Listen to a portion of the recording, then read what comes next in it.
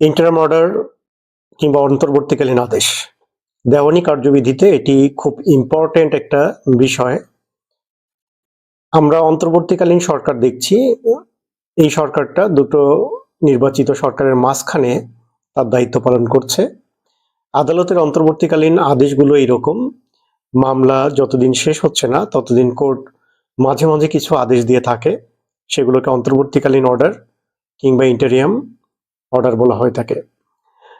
আমরা ভরণ পোষণের একটি মোকদ্দমায় বাদী দাবি করেছে বিবাদীর কাছ থেকে একটা নির্দিষ্ট অঙ্কের ভরণ পোষণ। এই মামলা যতদিন শেষ হচ্ছে না ততদিন পর্যন্ত এই ভরণ পোষণ কতটুকু হবে সেটা আপাতত দৃষ্টিতে কোর্ট নির্ধারণ করে দিতে পারেন, এটাই ইন্টারিম অর্ডার। আরো একটি এক্সাম্পল দেওয়া যেতে পারে, ধরে নেই যে একটি কাস্টডি অফ দ্য চিলড্রেন এই সংক্রান্ত একটা মামলা চলাকালীন শিশু কার তত্ত্বাবধানে থাকবে এই সংক্রান্ত বিষয়ে কোর্ট আপাত দৃষ্টিতে যে আদেশ দিয়ে থাকেন কিংবা সাময়িকভাবে যে আদেশ দিয়ে থাকেন সেগুলোকে অন্তর্বর্তীকালীন আদেশ কিংবা ইন্টারিম অর্ডার বলা যায়। সেই অর্থে ডেফিনেশন দাঁড়াচ্ছে যে interim order is one kind of order which is declared by the court in the pendency of the suit.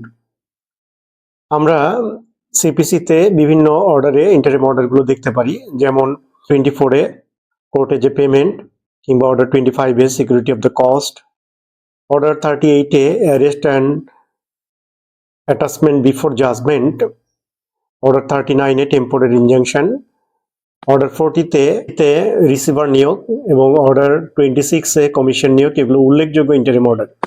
এছাড়াও কোর্ট আরও নানা ধরনের ইন্টারিম অর্ডার দিয়ে থাকে।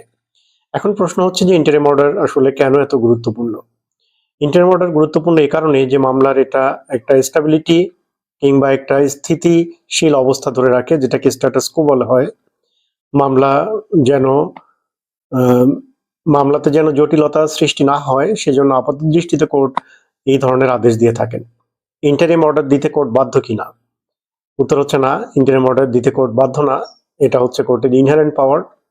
আমরা জানি ডিসক্রিশনারি পাওয়ারগুলো কোর্ট এক্সারসাইজ করেন সেকশন 151-এর অধীনে।